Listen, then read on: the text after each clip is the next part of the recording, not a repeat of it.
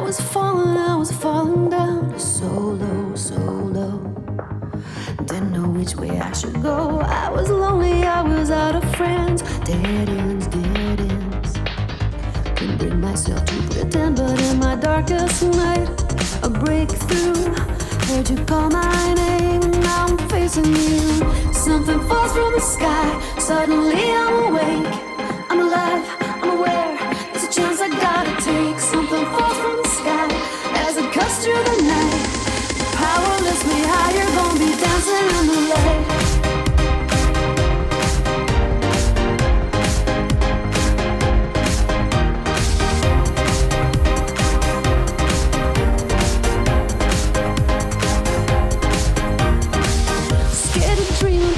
Person I could be, without the chains surrounding me. Now you've shown me what lies behind the door. See me crying out for more, 'cause in my darkest night, a breakthrough. Heard you call my name, and now I'm facing you. Something falls from the sky, suddenly I'm awake. I'm alive, I'm aware, there's a chance I gotta take. Something falls from the sky, as it cuts through the night. Power lifts me higher, gonna be dancing in the light. Dancing in the light. Dancing in the light. Dancing in the light. They don't believe, they say I'm out my mind. 'Cause I got something they're all out to find. I was down on everything, was wrong, so wrong. Turn to see your face, and now I am reborn. Something falls from the sky, suddenly I'm awake. I'm alive, I'm aware, there's a chance I gotta take. Something falls from the sky, as it cuts through the night. Power lifts me higher, gonna be dancing in the light. Something falls from the sky, suddenly I'm awake. I'm alive, I'm aware, there's a chance I gotta take. Something falls from the sky, as it cuts through the night.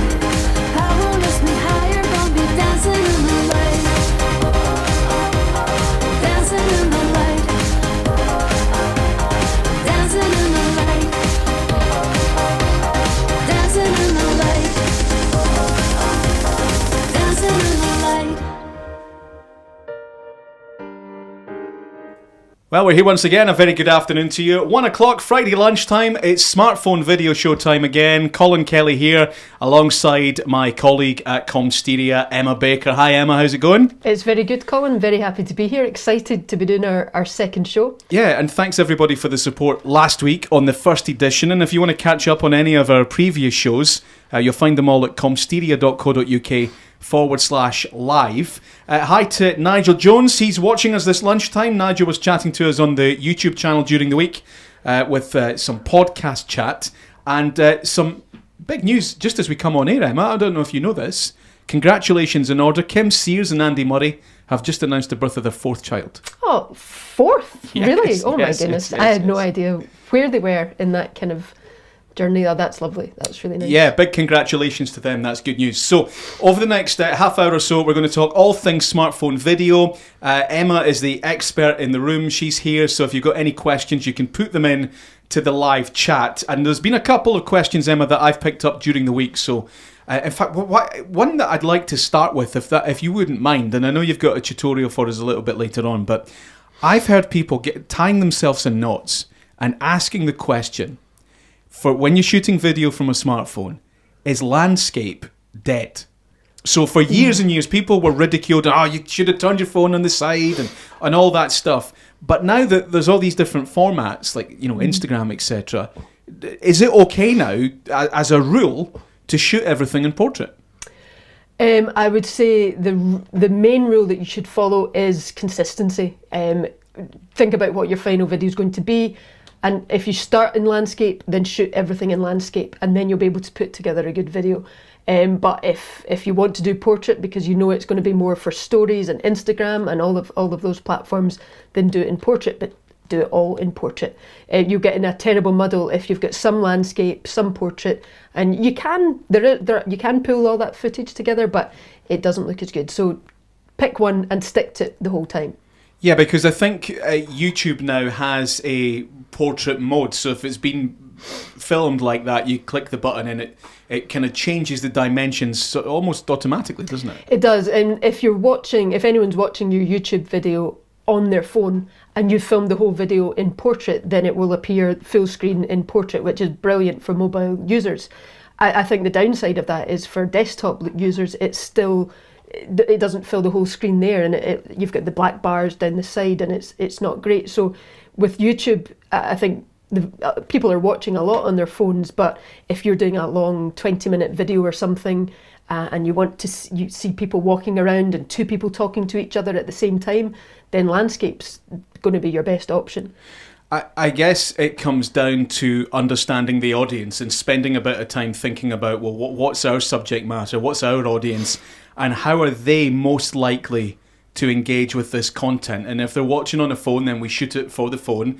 But if it is that more desktop environment, then we maybe prioritise that. I guess Instagram seems to be the tricky one, though, doesn't it? That you can have it a variety of other formats, but then if you want it on Instagram, it needs to be a square somehow. Yeah, so that's where, if Instagram's your main platform, then I would say really consider moving towards shooting everything in portrait, because if you shoot in portrait and then you want to put it up as a main post, you can just chop the bottom or the top off to give you a square video, but you can also use it as a full screen portrait mode on stories, so you've got that flexibility.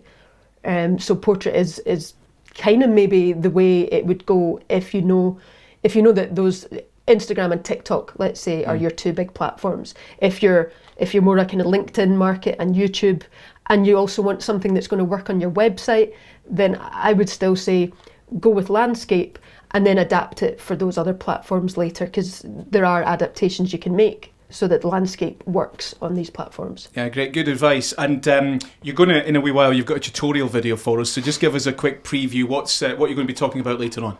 It's an app called VN, or Vlog Now, VN brackets Vlog Now. Really nice editing app, which I really only properly came across maybe near the start of lockdown or 6 months ago, and I've added it to my list of recommended apps. And I would say it's free, it's for iOS and Android, and that's what makes it a really great app. And I'm going to run you through just 3 things that I really like about it that make it a worthwhile one to explore. Well, we're live on Facebook, YouTube, Twitch and Twitter.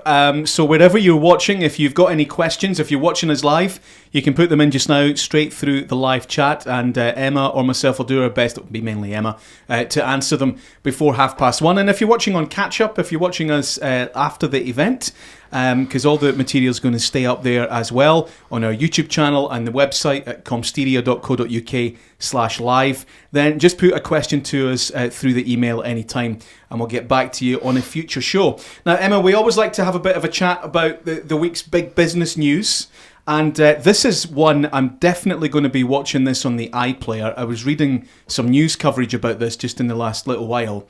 It's a programme on BBC Scotland. It's called Gold Town.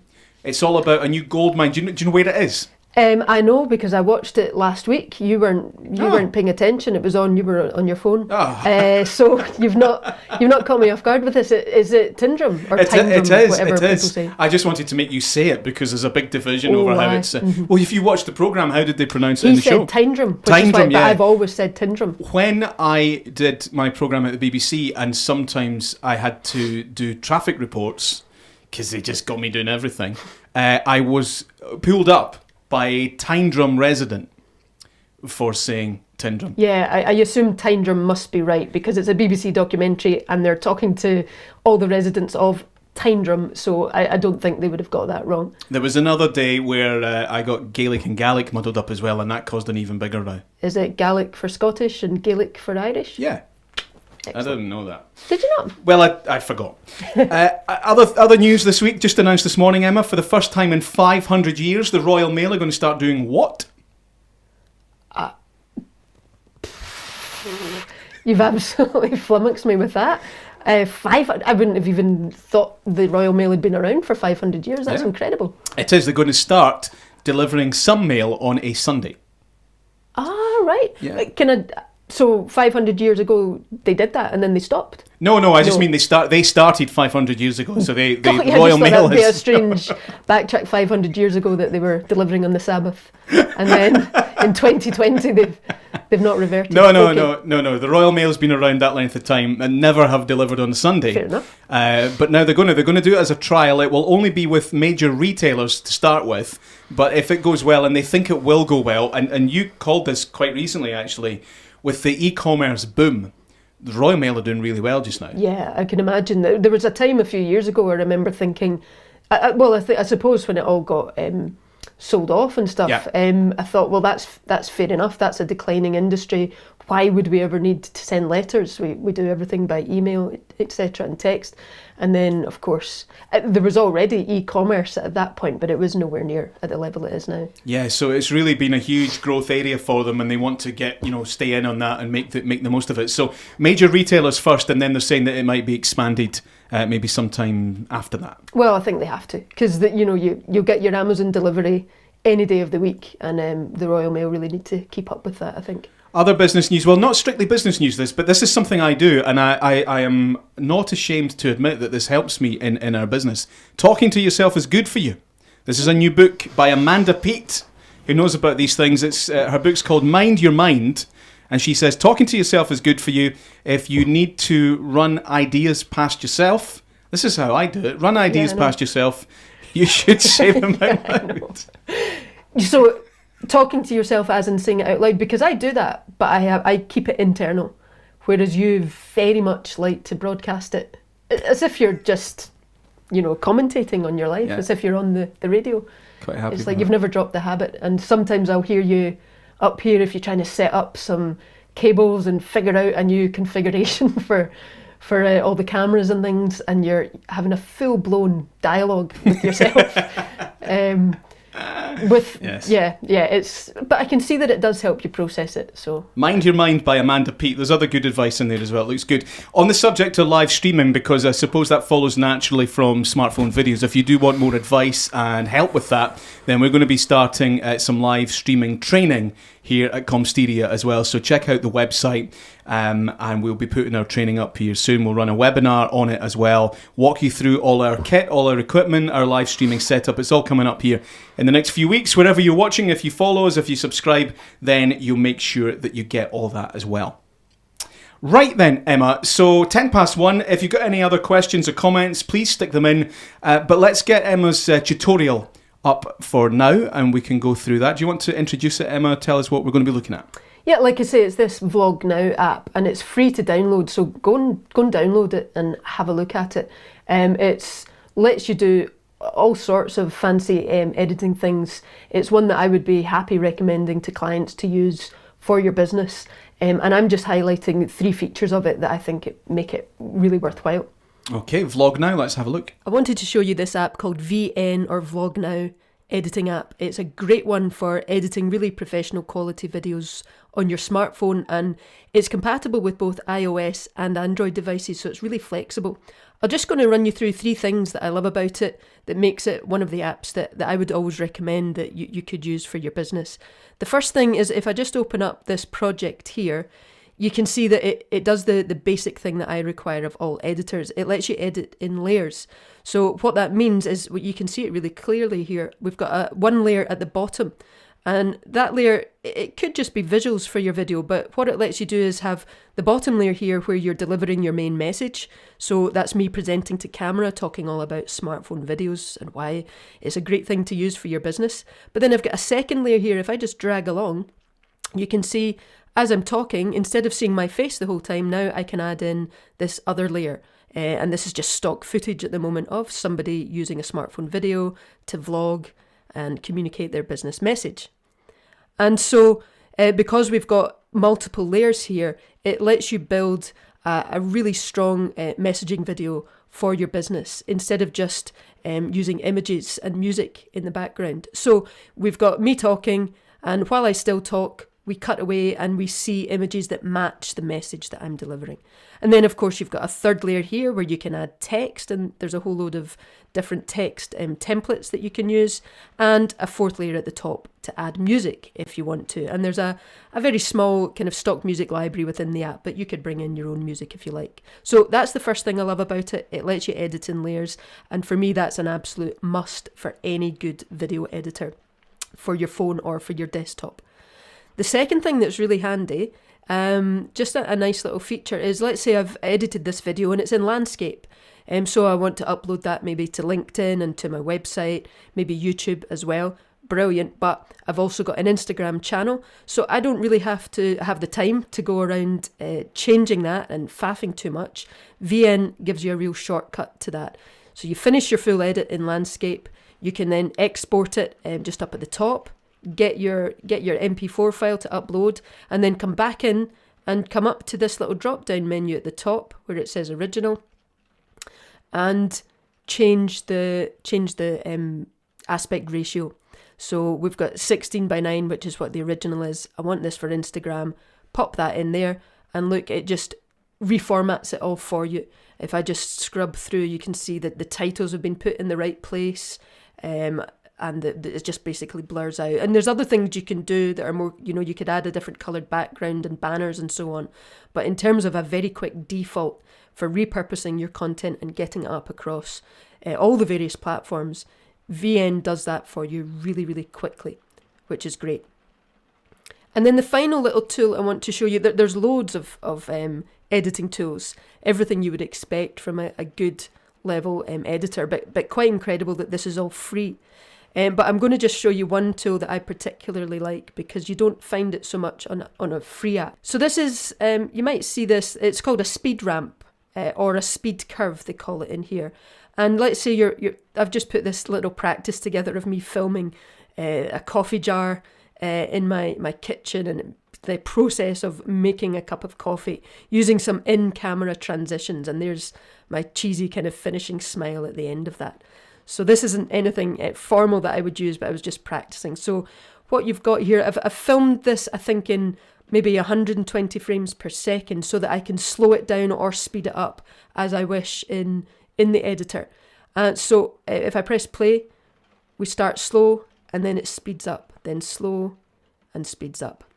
And it gives you that effect that you probably recognise from kind of quite glossy promotional videos, although that's just me in my kitchen. And the way that works, if we just zoom in on this first clip here, obviously my camera is moving as the way I've filmed it, but when we come to edit it, we tap here and we select this speed tool, and you can see this speed curve, which lets you add the speed ramp. You can just go to regular, and you could just slow the speed by half, so it's just in slow motion at the same consistent speed the whole way through. But this little curve tool, it uses what's called keyframes, so that you can change the time at key moments in time. So we start off here, this first keyframe, I think I've got it just less than half.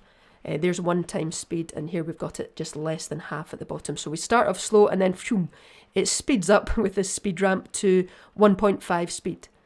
And that gives you that effect of quickly speeding up at the end of the shot. And then what that means is on the next shot, I'm going to start off, I filmed it kind of coming out of the coffee there, so it's all black to start with. We come out of the coffee, and we start off fast, slow down, and then speed up again as we go for that transition. And what that looks like here on the speed curve is starting fast 1.5 times, slowing down, and then speeding up to take us into the next shot, and so on. So the speed curve, or the speed ramp tool, is really handy. And you've also got some presets as well, so you can manipulate these wherever you want. I want to start off really fast and then slow right down.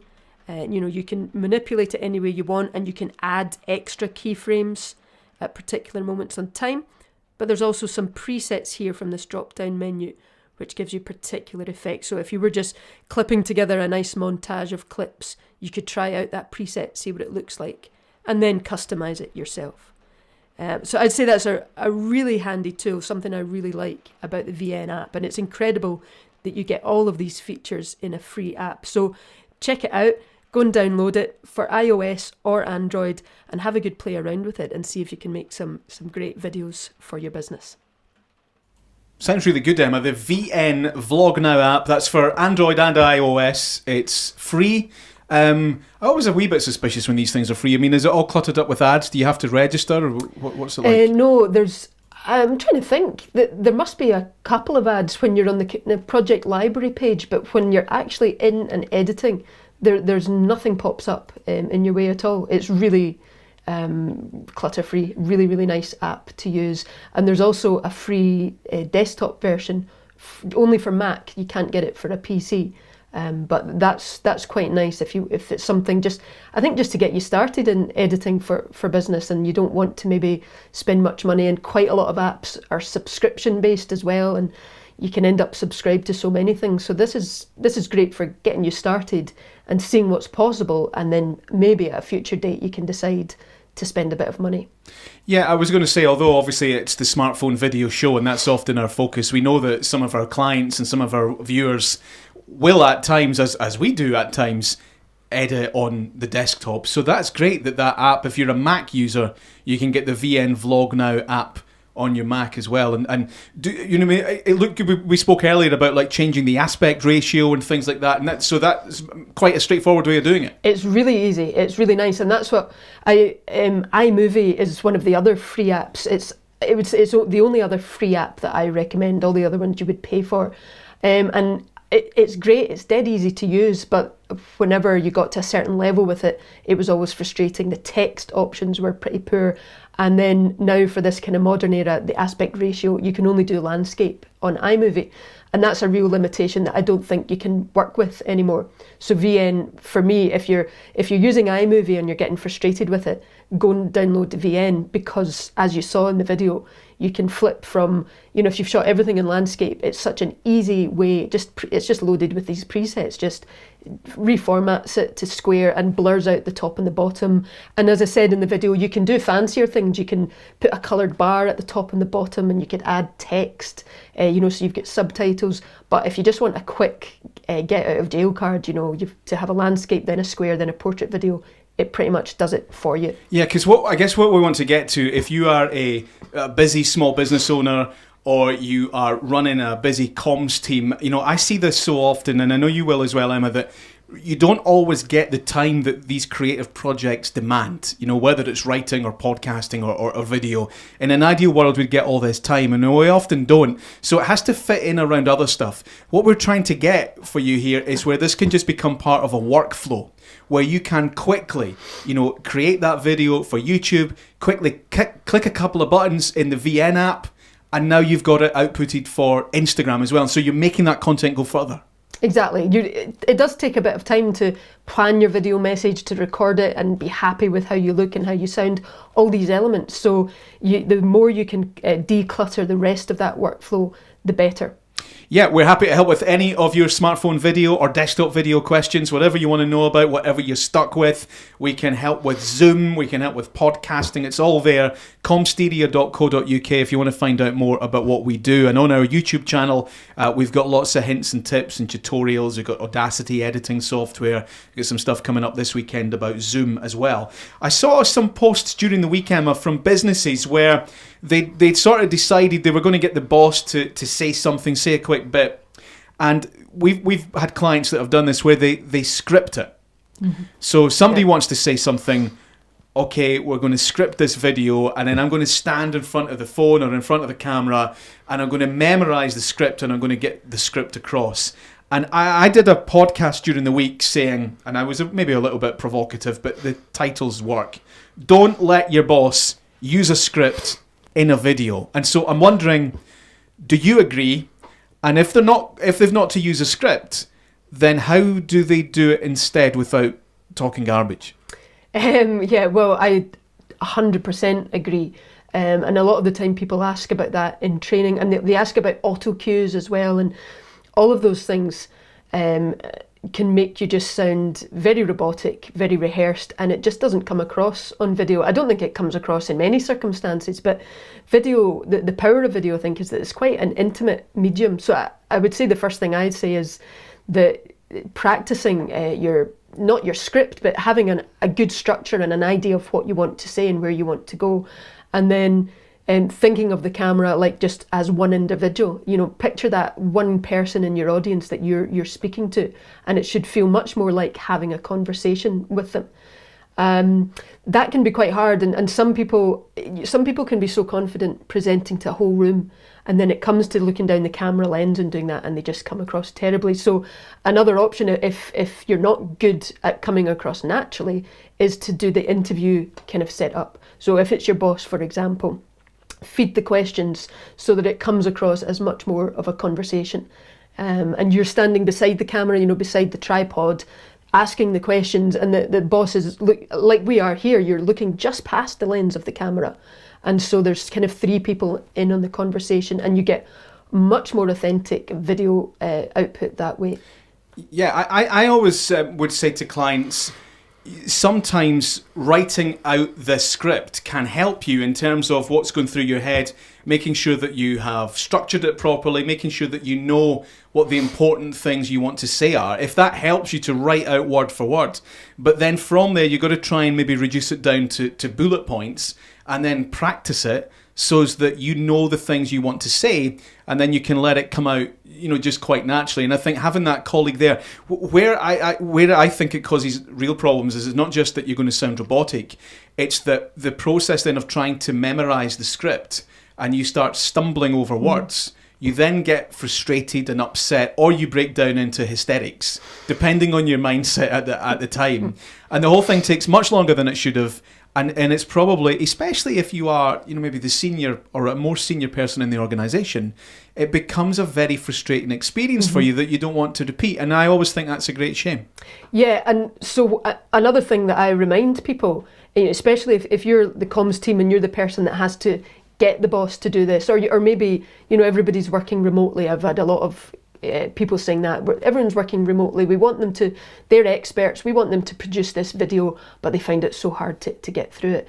And the one thing that I think comes as a revelation when you're training people is, if you tell the folks that have to present to camera, you don't have to get it perfect all the way through 2 minutes without making a mistake, because I'm going to edit this video, and I'm going to put in cutaway footage over the top of it so that when you've made a mistake, I'll take that bit out and nobody will see it. It will sound seamless and it will look seamless.